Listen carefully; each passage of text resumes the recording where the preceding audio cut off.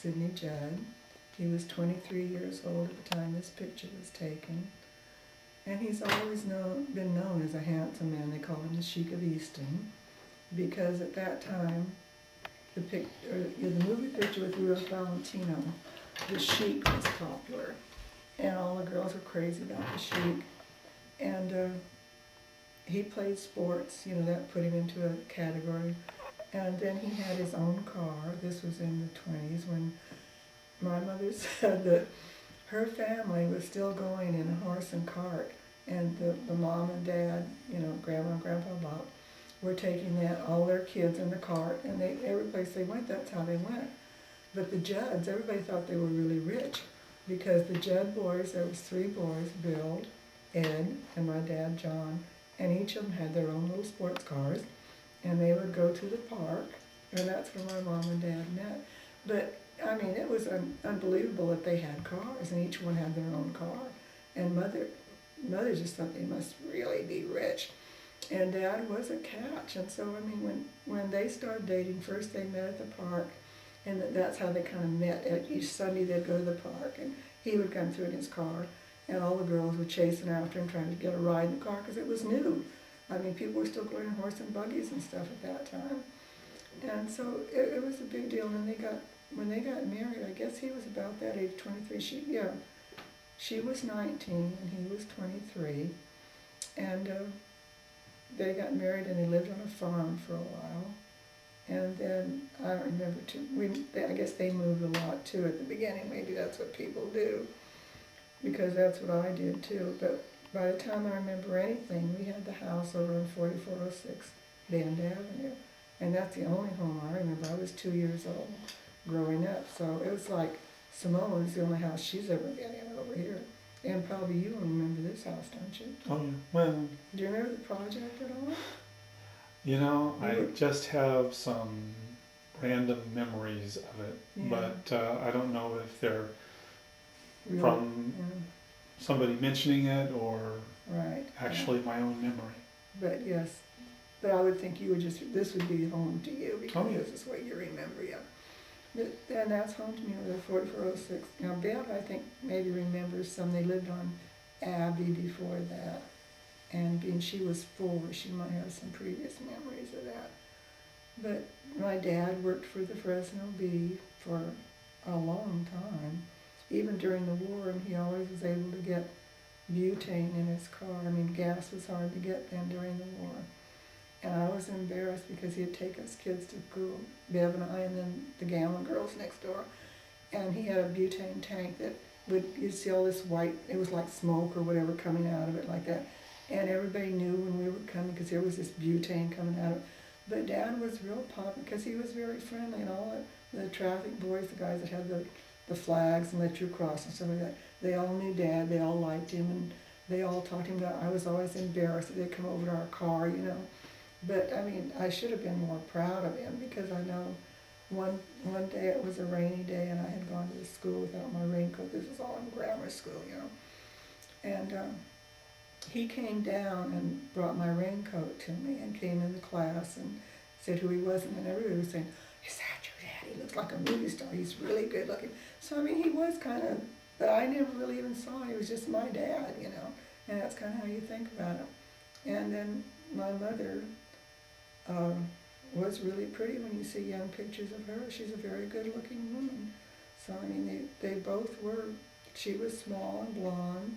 He was tall and dark, except funny, like he had dark hair and blue eyes. She had blonde hair and brown eyes, which is kind of a different, both of them usually dark hair and dark eyes, like you've got, Mike, will go together, or light hair like blue eyes and blonde hair and stuff like that.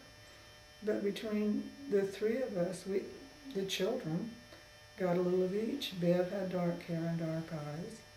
I had was blonde when I was a kid. I was a blonde till. Oh, Mom, you know what? This whole thing is just Not working? Actually, it probably will, but it's not running through the microphone. Let me just pause you for a second there, Okay. and then we'll pick it up again. I'm going to put the microphone jack back in. My bad. I just. But see, it's got an internal mic, so it will work. It just, when I put the new DV tape in, I forgot to replug these things in, so my bad. It's just, but all that was recorded.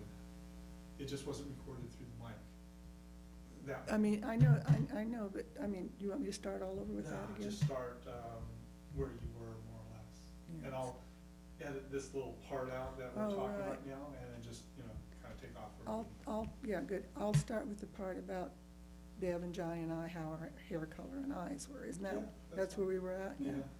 Shall I back up and, well, okay, I'll just go from there. Tell me when you're ready to go. Unless it's going now, yeah. I think it's going now, but let's just make sure that this Okay. jack is in, okay? Okay, so, you're on. I'm on now, okay. I was talking about my dad and mom being the color of their hair and their eyes and stuff. And Bev had brown hair, brown eyes, and I had blonde hair, and I had real blonde hair. I mean, it was no question about it until I was probably about 13 or 14. It started to get darker. It got, like, I would say it's light brown, pretty much what it is now. And I've had hazel eyes. And then Johnny came, and he had blonde hair and blue eyes. So they got a little of each. But by the time Johnny got older, he got darker hair. His was still always blonder. I mean, he died when he was 29, and would you say his hair was still blonde? To me, it seemed like it. But I can't really remember. I recollect that well. Yeah. About his hair color. Yeah. See, I just know when he was a little kid, he was definitely a blonde-haired boy, blue-eyed boy, And, well, between the three of us, I guess we all got a little of each one of their parts, like when I was growing up, I was really a mother's girl. I mean, I just believed everything she said, and I tried to be like her. And one time, Bev said to me, this when we were older, but still probably in our teens, and she said, well, you're nothing like Mother. And I almost cried. I said, well, I try to be, And she said, why would you want to be? But anyway, I did. I really loved my mother, was wanting to please her and stuff like that. And Bev was a daddy's girl. And Johnny was like both of them. They both favored him because he was the boy, And it came 8 years after the girls. They got the two girls and thought that was going to be their family. And then Johnny slipped through. And, I mean, they were both so happy when he came that from then on, I mean, he was it, How old were they when Johnny was born? I think Mom was 30, which was at that time very old for a woman to have a baby. And I was even kind of embarrassed to think, oh my God, she's going to have a baby. But I mean, now people don't usually start having kids till around 30. Maybe I better talk into this a little closer. Huh? No, I think you're quite fine. Yeah, so let's see. Well, I don't know. Do you want to, shall I talk about Bev and Johnny and what happened with Bev? Well, I'll tell you about Bev having eye trouble. Ever since she was born, she had to had her first operation on her eyes when she was 1 year old. When she was still crawling, they had to tie glasses on her. So I mean, it was just a heartache from the very beginning for my parents, and of course for Bev. I mean, she really didn't know when she was real little there was anything wrong with her. But by the time she started going to school, she couldn't see the board. Even if they put her real close to, she'd sit in the front and put her chair up close, and she couldn't see well enough. And she never got good grades because she couldn't see. It wasn't that she was dumb or anything, but she always passed on her age. At that time, they passed you on your age, So was the eye problem genetic, or? No, well, they never knew for sure. There's been several things they thought it was, like Grandma Judd was afraid to let Mother go to a hospital to have a baby because she said they get them mixed up. This is my dad's mom, And so Mom was scared. She had Bev at home, and she had a doctor out to deliver her. And it seemed like it took longer than it should. And Bev slipped in and out and slipped over her eyes and back and forth and back and forth. So for a long time, that was kind of what they thought happened, that they had. But then Mother says, too, when she was young, and this was her first pregnancy, she was working at the packing house. And she can remember being really sick and having to run behind the trays and throw up and stuff like that. Now she thinks maybe she had red measles, or what they call German measles. And if they have that, the eyes are affected. Okay, so we're saying that when Bev was born, we never really knew what it was, but there was different theories. And I think that might have been one of the reasons Bev always had a grudge against Mother, because she thought it was her fault that her eyes were like that, which was part of it, but there was a lot more than that to it too. But so Bev was bothered, and I had to be her eyes when I was a little girl, you know. I mean, it was just like, and she told me that's why the folks had me, so I could take care of her, because she couldn't see very well. I don't really blame her for that, because she was a little kid too, you know, and that was one of her, she's 2 years older than me. She was able to manipulate me. But all throughout life, I mean, that was really a tragic part of her life. When she was 16, she had an eye operation, because she had one of the pupils went in, and so they tied it back so it wasn't cross-eyed anymore, one of them like that. And so when she went out to have that operation on her eyes, she just said she wasn't going back to school anymore, and that's when she quit in the 10th grade. And I went down and got her whatever, you know, papers to get her out of school and stuff like that. And the woman that worked in the office there was a neighbor of ours. She lived 2 or 3 streets down, or 10 houses down. And when I got Bev's, not discharged, but whatever it would be, papers, she just said, "This is a shame. She shouldn't quit in the 10th grade." And she kept trying to talk me into it. I said, "No, she's not coming back. I know she's never coming back. You know, there's no way." So really, when I was in the 9th grade then, but when I got to the 10th grade, I wanted to quit too.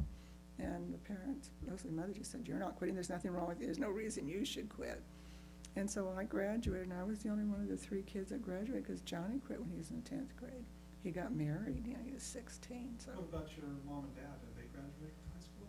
Dad did. Dad graduated from high school, but Mom quit in the 8th. I mean, they took her out of school because they had the farm, and at that time the children were the ones that helped on the farm, and they needed her home. And when they figured if they get through the 8th, or some of them were 5th grade, but it's either, I think she went through the 8th grade. Some of them only went through the 5th grade. They kept them out afterwards because they could help at home on the farm.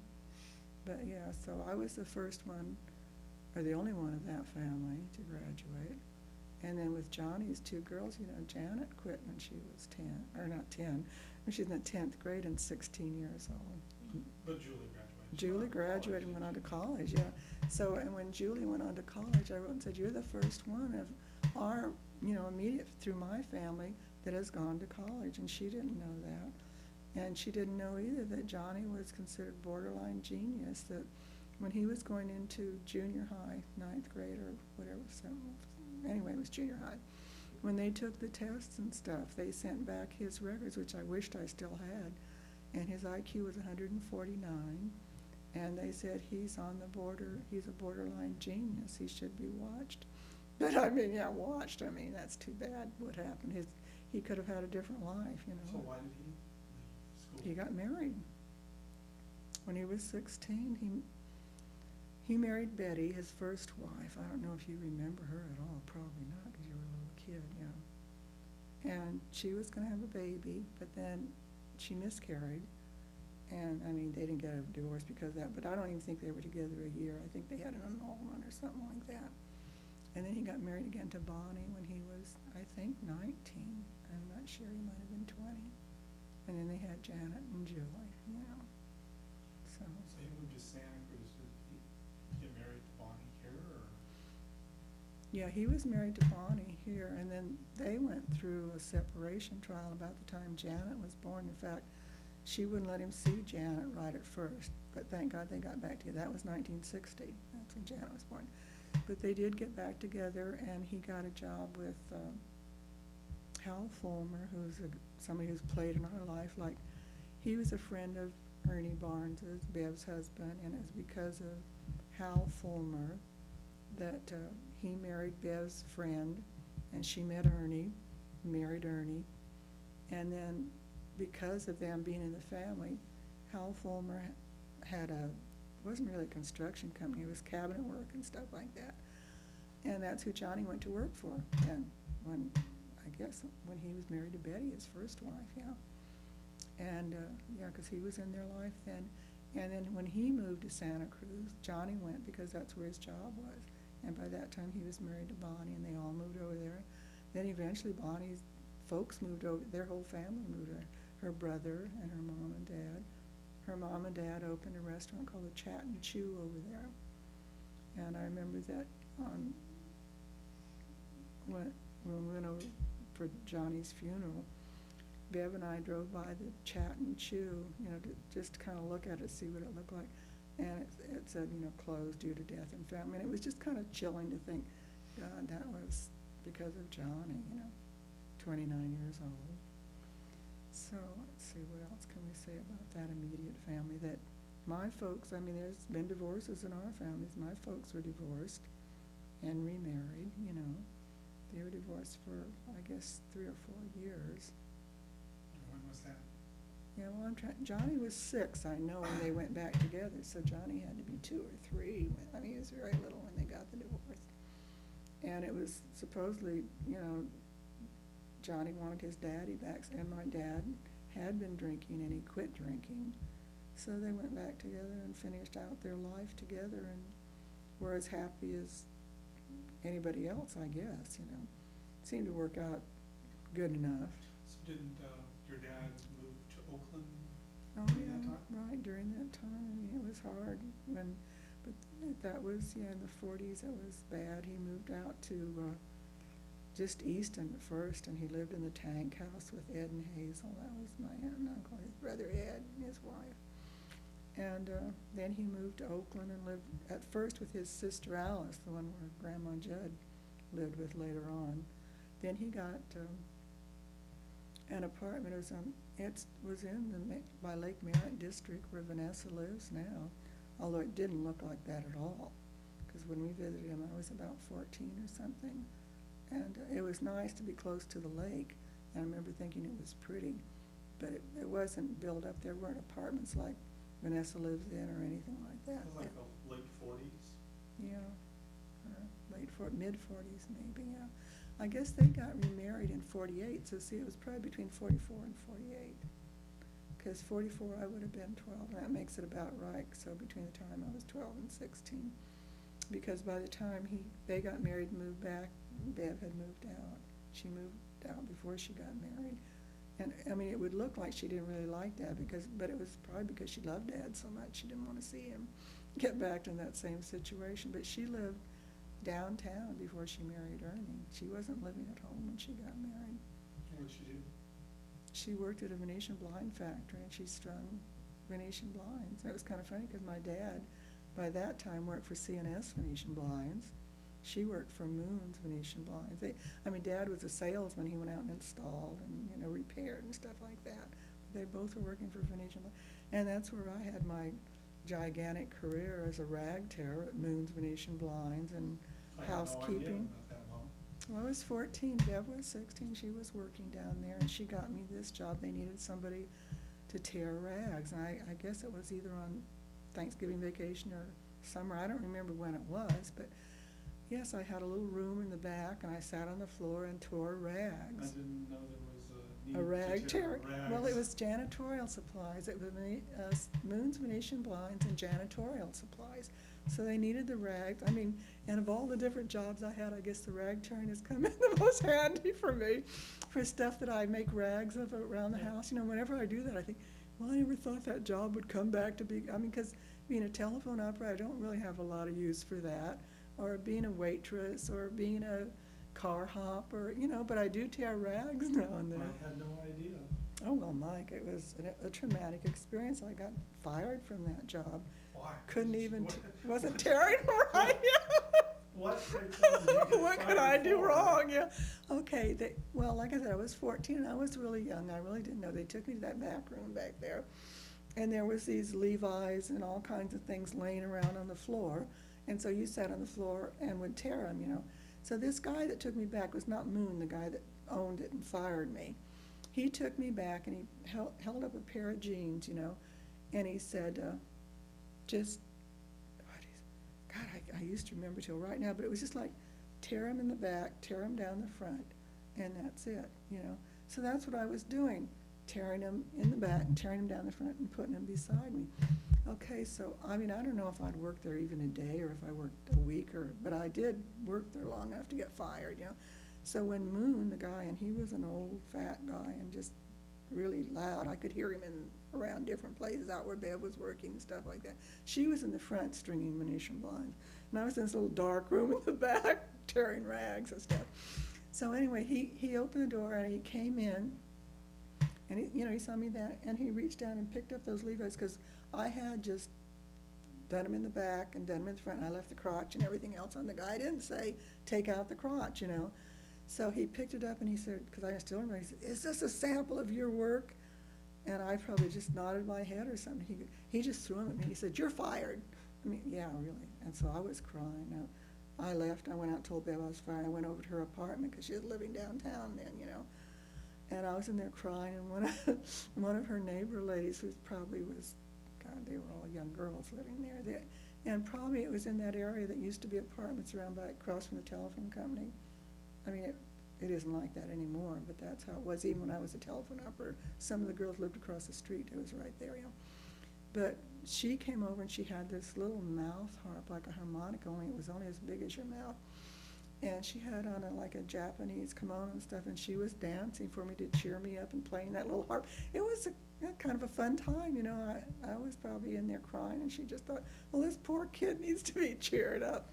So then I stayed down there. I didn't go home right away and tell him I got fired. I was embarrassed about it, And I don't remember what happened after Bev came home. I probably went home that night, because I don't remember ever spending the night there with Bev. But, that was my big experience as being a rag terror. I didn't know I was going to be talking about that today. Was that your first job? I don't know if I had already worked in I worked in the packing house when I was 14 too. So I don't remember if that was before or after that. And was that in Fresno? Oh, it was always in Fresno, yeah. Like in the downtown area, by the railroad. Are you talking about the packing house? Yeah. Yeah. I worked for Elmar Packing Company, and then I did work, I don't know if I ever worked at Rosenberg's, but I worked at several different packing, because that's what Bev did then.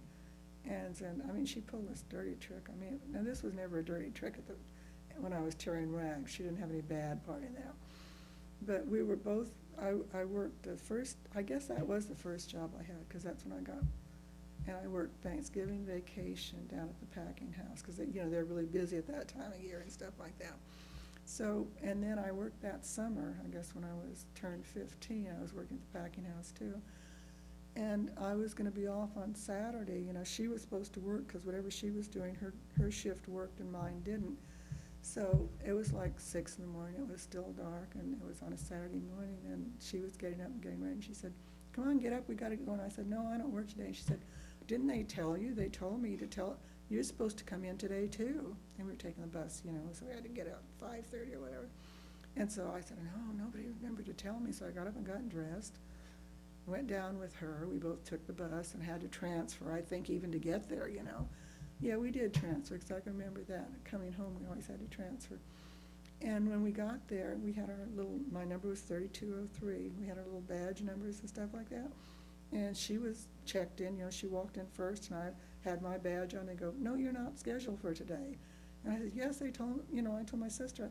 And she turned around and said, oh, I guess I forgot to tell you, I was only kidding. So in other words, she didn't want to go to the bus. She would do crap like that on me. She didn't want to take that bus ride by herself, and she just rousted me out of bed. 5:30 in the morning, went down there, and then I didn't go to work. So I just took the bus back, I guess. I don't remember the rest of it. But burned her bed when you got home? Well, yeah, see, I was such a good kid. I was like, when Simone was little, I remember how good she was. I was the same kind of kid as her. I took a lot. I didn't like it. I got mad at her. But those are the kind of things she pulled on me. And tell us about what it was like working in packing sheds in the 40s. Mid-40s? Yeah, in the mid-40s. Well, a lot of them, the jobs you just stood up in. If you got one that you could sit down and you did good. And finally, they had cement floors you'd stand on. And then according to what job you had, like Bev and I worked in the figs when we worked together. And we stood across from one another. And then you could get some wooden trays and stand on wooden trays, which help your legs quite a bit, And at that time, this is kind of funny, but it's sad too, because it had to do with her eyes. Those big fig bars, they're in like a square thing. The person that would do the main part, you'd have a pack of cellophane, and you'd put those figs on, put them in the middle of it, And that's why, I don't know, she shouldn't have had that job. I should have, because I could have seen, because that was what the job she had, though. She would put it in the middle, then she'd slide them across that hot plate, and I'd seal the ends, turn them over and seal the ends and seal the back and stuff like that. And if you were out of cellophane, you were always yelling for you'd hear them yell cello, and then these boys would come and bring you more cellophane. Well, Bev was always yelling for cello. They thought she's a really hard worker, but she had to have a great big stack of it before she could. I mean, I probably shouldn't laugh about that, but that's what it was, And then a lot of times she couldn't see them too well, and when she'd give them to me to seal the ends, half an end would be sticking out, and the other end would have all this cellophane to go over the top of it. So we had that job together, and we worked, she would do that, and some of the floor ladies were nice, and they'd bring them back and say, that they won't take that, and if they catch you doing this, so she would show us different tricks, how you could stick them in there and seal it. So there was some good floor ladies. But then I got on this other job that, I don't know how I got it. It was the shaker, the raisin shaker. The raisins went by just shaking as they went by. I mean, you'd have to have young, good eyes. It's probably why they put a 14-year-old on that, And I'd pick out big gobs of raisins, the bad raisins that went by. And so when they gave me that job, I said, well, when is your break? And they said, well, whenever you want it, So I thought, okay, And there was just a man, kind of like a janitor, walking around cleaning up and doing stuff like that. And they said, you just tell him or something like that. So when I wanted to take a break, I looked for him, and I couldn't find him. So I went over to where Bev was working. At that time, she was working, I think, filling raisins, like they have the little boxes now. They'd come down and shoot. And I never did that, but that's what she was doing. So I had that break, and I went over and visited her for a while, and then I went back to do the raising. And then I was ready for another break, another hour or something. So I went back and visited Bev again. I was doing this all the time, And her floor lady finally got me and said, where do you work? And I said, on the raisin shaker. I didn't know I was doing anything wrong because they said I could take a break anytime I wanted a break. So I was going like every hour once or two. And I could have gotten away with it if I hadn't been visiting Bev all the time. But that's what I'd do. I'd go over and talk to Bev, and her floor lady turned me out. So, they didn't fire me. I didn't get fired from that job. They just told me when they said that they only meant 1 in the morning and 1 in the afternoon. So that's kind of a funny story. But something else kind of funny about Bev, like you asked what it was like, where she had a job you could sit down on, and they had the steam going through there to keep the room, I guess, warm. But she had her feet on that steam thing. And she was, I don't know what kind of job she had. I didn't do that one, but she said people were throwing like raisins and stuff at her, and she thought they were just being mean because she's wearing glasses or something. And they were talking to her, but the machine, whatever she was so loud, she couldn't hear what they were saying. Well, they were throwing those at her to tell her that her shoes were starting to burn. She'd left her feet on that foot so long.